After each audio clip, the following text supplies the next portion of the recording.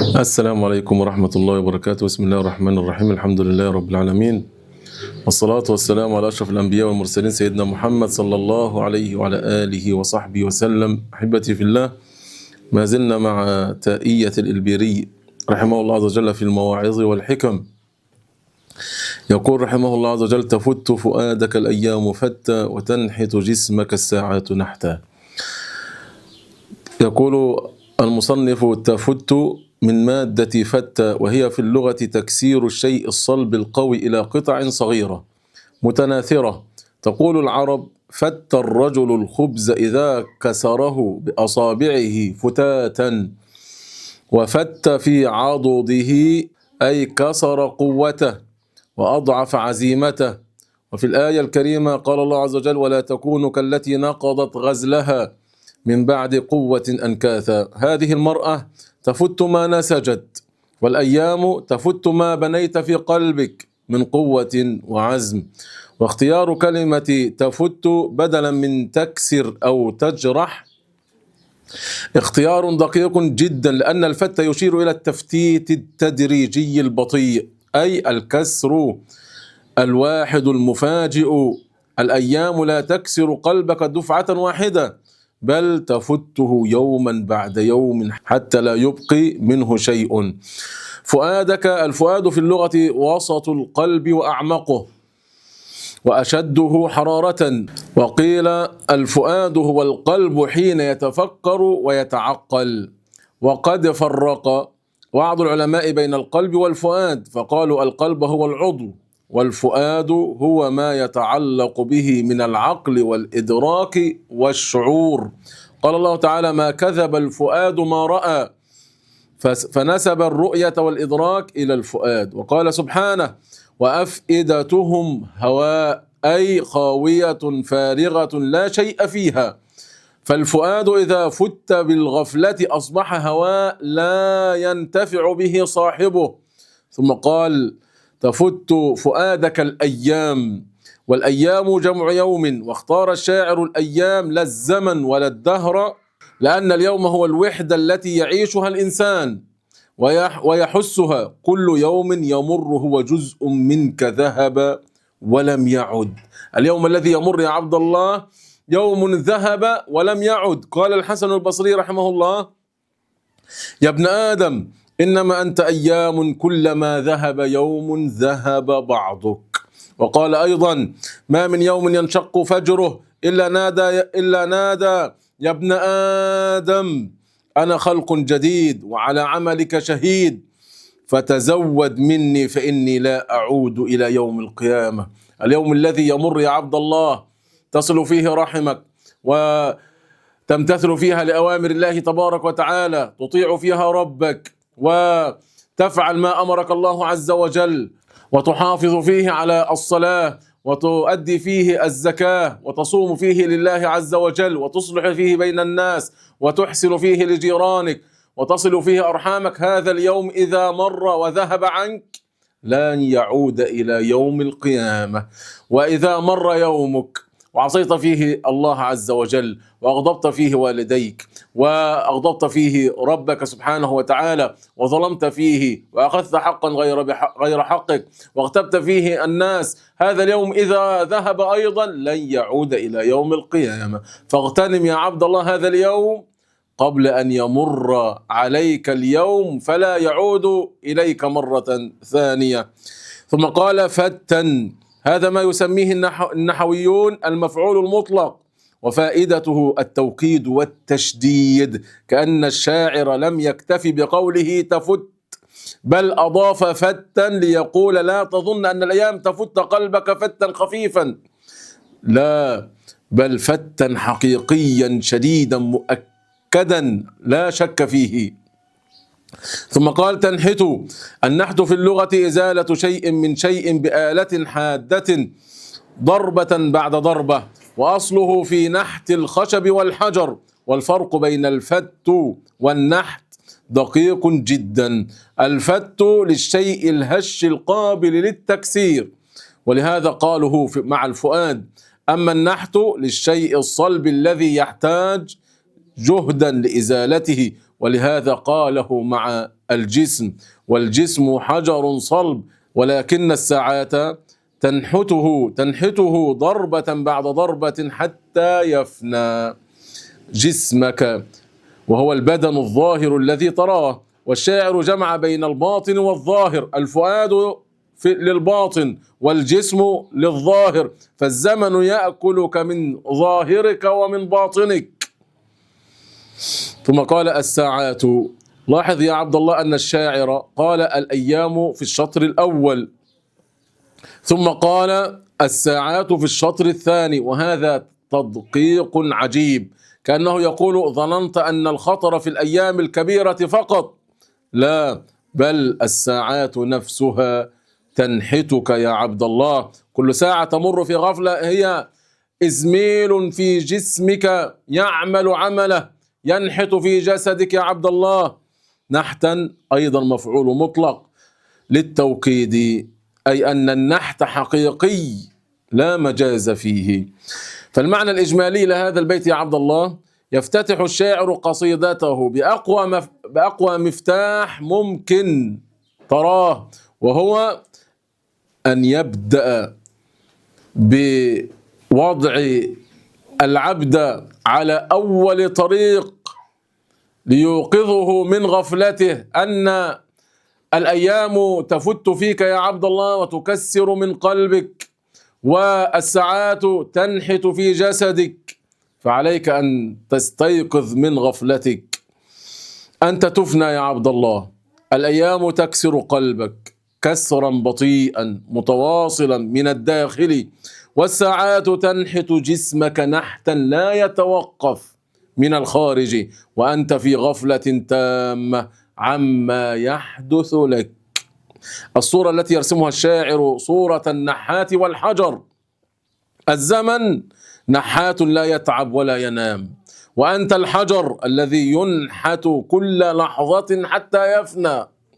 والعجيب أن الحجر لا يشعر بالنحت، وهذا هو وصف الغافل بالضبط، فإن الذي ينحت هو الذي لا يشعر. فإذا كنت في غفلة غفلت فيها عن هذه الأيام وعن هذه الساعات، فإنها تعمل فيك ولا تبالي. قال الله عز وجل والعصر إن الإنسان لفي خسر. قال الإمام الشافعي رحمه الله عز وجل لو لم ينزل الله تبارك وتعالى على خلقه إلا هذه الصورة لكفتهم. لماذا؟ لأن الله عز وجل أقسم بالعصر أي الزمن، ثم قال إن الإنسان في خسر.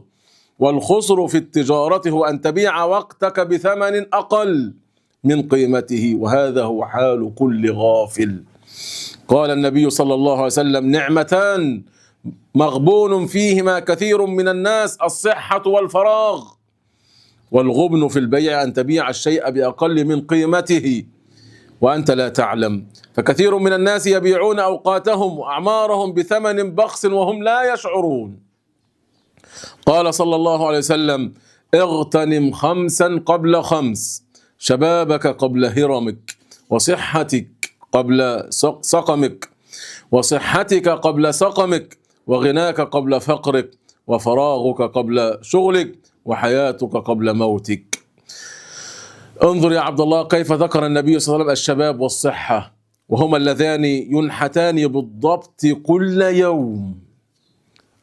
اغتنم شبابك قبل هرمك، وصحتك قبل فراغك. أنت الآن في صحة فاغتنمها يا عبد الله في عبادة الله، في إطاعة أمر الله، في امتثال ما أمر الله عز وجل، في فعل ما أمرك الله تبارك وتعالى به وأمرك به نبيك صلى الله عليه وسلم، لأن هذا الذي ينفعك بين يدي الله رب العالمين.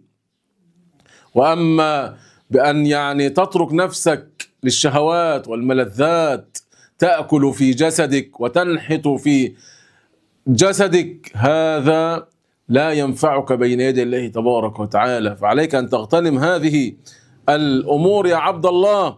قال الله عز وجل اقترب للناس حسابهم وهم في غفلة معرضون.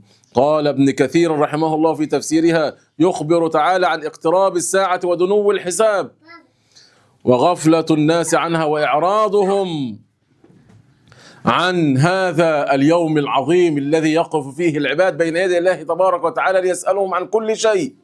واتقوا يوما ترجعون فيه إلى الله ثم توفى كل نفس ما كسبت وهم لا يظلمون.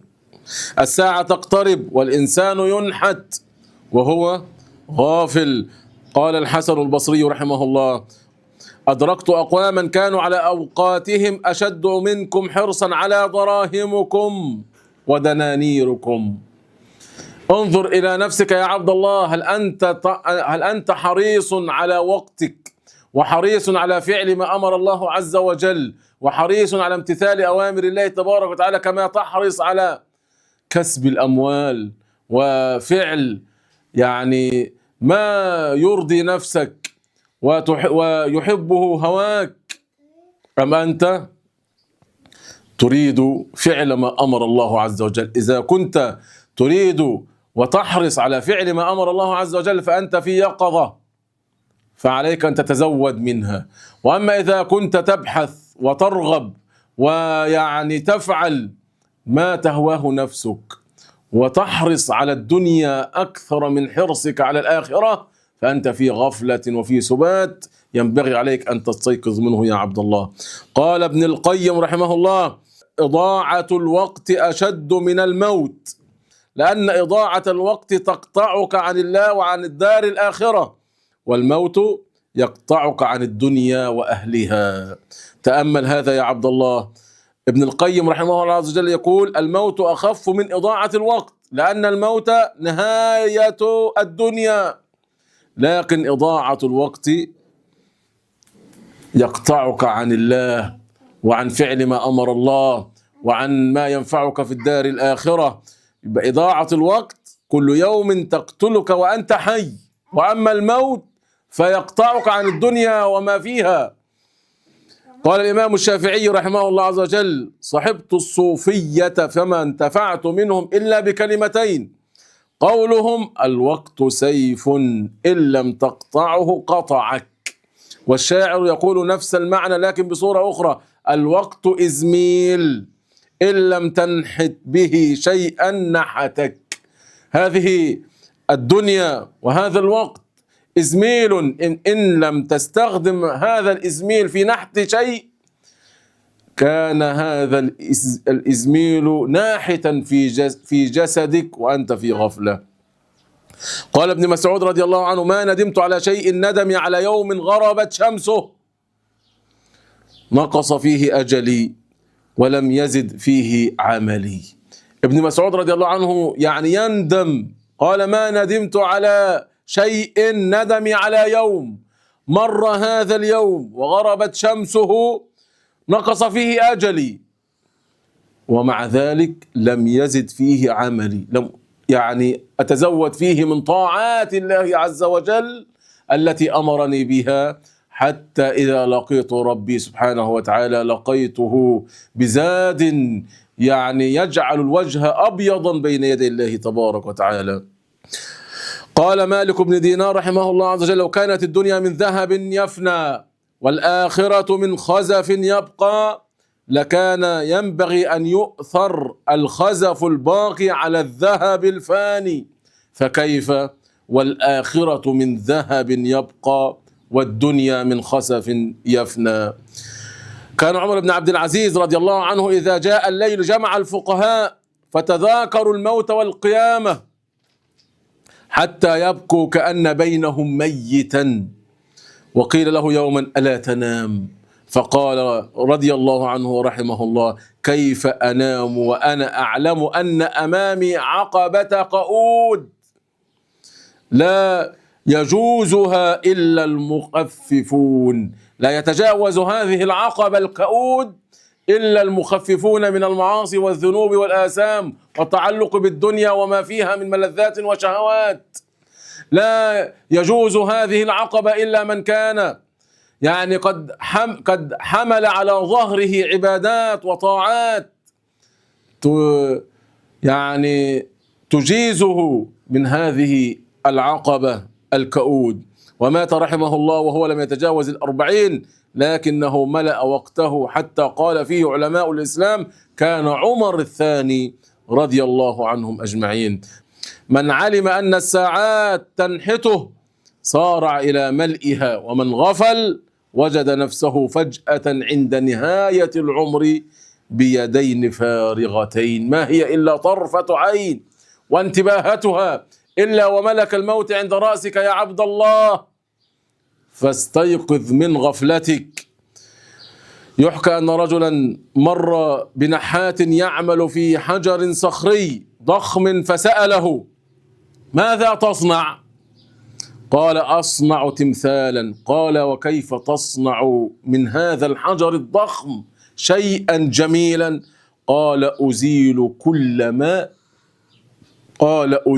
كل ما ليس منه. والزمن هكذا يا عبد الله، يزيل منك كل يوم شيئا. فالسؤال: هل يبقى بعد النحت، بعدما تنحت منك الساعات وتفت الأيام فؤادك فتا، هل يبقى بعد هذا النحت تمثالا جميلا من العبادة والعلم والعمل الصالح، أم يبقى تل من الغبار الذي لا قيمة له؟ قيل إن أحد الصالحين كان إذا جاء الليل أشعل شمعة وجلس ينظر إليها تذوب ويقول لنفسه: هكذا عمرك يا نفس، هكذا عمرك يا نفس، يذوب في كل لحظة فماذا قدمت؟ وهذا عين ما قاله البيري رحمه الله عز وجل: الساعات تنحت جسدك والشمعة تذوب والعمر يمضي، فانظر لنفسك يا عبد الله ما قدمت إذا وقفت بين يدي الله عز وجل. ما هو زادك بين يدي الله تبارك وتعالى؟ هل زادك طاعات وعبادات وذكر لله عز وجل وصلة للأرحام وبر للوالدين وحسن للجيران وإماطة أذى عن الطريق وإصلاح بين الناس، أم أن زادك غفلة، فعل للشهوات واتخاذ للمخالفات وإقامة على الشبهات؟ فعليك أن تستيقظ لنفسك يا عبد الله، تفت فؤادك الأيام فتا وتنحت جسمك الساعات نحتا. أما القواعد المستخرجة من البيت فالقاعدة الأولى تقول: الزمن فاعل لا ظرف. الناس تظن أن الوقت مجرد وعاء تضع فيه أعمالها. الشاعر يصحح هذا الفهم: الوقت ليس ظرفا محايدا، بل فاعل حقيقي يعمل فيك سواء عملت أنت أم لم تعمل، فإما أن تملأه أو يأكلك. القاعدة الثانية: التدمير البطيء أخطر من السريع، فالفت والنحت كلاهما بطيء، وهذا هو سبب الغفلة. الإنسان ينتبه للصدمات الكبيرة لكنه لا يشعر بالتفتيت اليومي، وكذلك المعاصي الصغيرة أخطر من الكبيرة على القلب لأنها لا تستشعر، كما قال الشاعر: ولا تحقرن صغيرة فإن الجبال من الحصى. قال ابن القيم: الذنوب الصغيرة كالشرارة الصغيرة، والكبائر كالنار العظيمة، لكن الشرارات الصغيرة المتواصلة تحرق أكثر من نار كبيرة واحدة. القاعدة الثالثة: الباطن والظاهر يفنيان معا، الفؤاد يفت والجسم ينحت، لذلك على الإنسان العاقل أن يعتني بإصلاح ظاهره وباطنه، ينظر لنفسه في مرآة: هل هذا الظاهر، ينظر إلى شعره، ينظر إلى جسده، ينظر إلى ثيابه، هل هذا الظاهر يرضي الله ورسوله صلى الله عليه وسلم، أم يرضي مجتمعه ويرضي الشباب ويرضي الغرب ويرضي أصحاب العقائد الفاسدة والأخلاق الذميمة؟ فعليك يا عبد الله أن تنظر لنفسك، أن تعتني بإصلاح ظاهرك وباطنك، تنظر إلى هذا الباطن: هل قائم على ما أمر الله عز وجل؟ هل امتلأ باطنك بالعقيدة الصحيحة السليمة؟ هل امتلأ قلبك بمحبة الله عز وجل ومحبة رسوله ومحبة المؤمنين ومحبة دين رب العالمين، وأن تحب لإخوانك ما تحب لنفسك. هل امتلأ قلبك يعني الرضا بما قسمه الله عز وجل والتوكل على الله والاستعانة بالله؟ عليك أن تصلح ظاهرك وباطنك يا عبد الله. من اعتنى بجسمه وأهمل قلبه هلك، ومن اعتنى بقلبه وأهمل جسمه أضاع أداة العبادة. القاعدة الرابعة: التدقيق في الوقت من الأيام إلى الساعات. قال الأيام ثم الساعات، وهذا يعلمنا أن المحاسبة يجب أن تكون دقيقة. من حاسب نفسه كل سنة أقل ممن حاسبها كل شهر، أقل ممن حاسبها كل يوم، أقل ممن حاسبها كل ساعة. تخيل يا عبد الله أن عبدا يجلس مع نفسه كل ساعة يحاسبها، كما قال عمر رضي الله عنه: حاسبوا أنفسكم قبل أن تحاسبوا. إن حاسبت نفسك ووقفت على أعمالك وأفعالك تحاسب نفسك على هذه الأعمال وهذه الأقوال وهذه الأفعال. ينبغي عليك يا عبد الله أن تحاسب نفسك قبل أن تحاسب بين يدي الله تبارك وتعالى. أما الفوائد والتطبيق العملي قبل النوم كل ليلة يا عبد الله: اسأل نفسك: ماذا نحتت الساعات مني اليوم؟ وماذا بنيت أنا في المقابل؟ مر يوم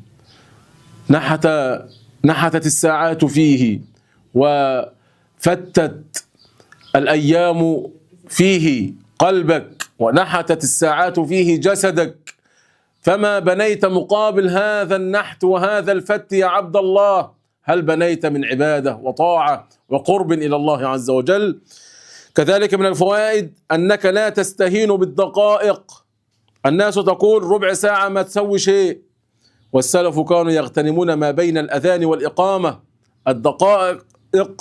الدقائق هي التي تصنع الأعمار. تذكر يا عبد الله: الفناء ينتج العمل. تذكر الفناء ينتج العمل. لذلك قال صلى الله عليه وسلم: أكثروا من ذكر هذه اللذات. كلما تذكرت أن جسمك ينحت وقلبك يفت هان عليك ترك اللهو وأقبلت على العمل الصالح. الغفلة عن الفناء هي سبب التكاسل يا عبد الله. اجعل لكل ساعة وظيفة. عليك أن تجعل لكل ساعة في يومك وظيفة. كان بعض السلف يقسمون اليوم إلى أثلاث: ثلث للعلم، وثلث للعبادة، وثلث للمعاش. فلا يكن يومك بلا هيكل ولا نظام تسير عليه إلى الله عز وجل. خلاصة البيت يا عبد الله: الزمن ليس صديقك الصامت، هو عدوك الصامت إن أضعته، وحليفك الأمين إن أحسنت استثماره. الأيام تفت قلبك، والساعات تنحت جسمك، فالعاقل من يسبق الزمن بالعمل قبل أن يسبقه الزمن بالفناء. إذا نظرت إلى جسمك اليوم وقارنته بنفسك قبل 10 سنوات ترى النحت واضحا، فهل قلبك كذلك يا عبد الله؟ هل تراه يتغير نحو الله، يقبل على فعل ما أمر الله، يحب دين الله ويحب أوامر الله ويقول سمعنا وأطعنا غفرانك ربنا وإليك المصير؟ أم يقول سمعنا وعصينا؟ أم يقول إن شاء الله بكرة ربنا يهديني، سأفعل، وإذ بملك الموت عند رأسه وقد فتت الأيام قلبه فتا، ونحتت الساعات جسمه نحتا. هل ترى قلبك يتغير يا عبد الله نحو الله، أم أن الجسم ينحت والقلب واقف؟ أسأل الله تبارك وتعالى في عليائه ومن فوق عرشه أن يعينني وإياكم على ذكره وشكره وحسن عبادته. اللهم اغفر لنا ذنوبنا وإسرافنا في أمرنا، وثبت يا رب على الحق أقدامنا، وانصرنا يا ربنا على القوم الكافرين. وصلى الله وسلم على نبينا محمد صلى الله عليه وسلم، والسلام عليكم ورحمة الله وبركاته.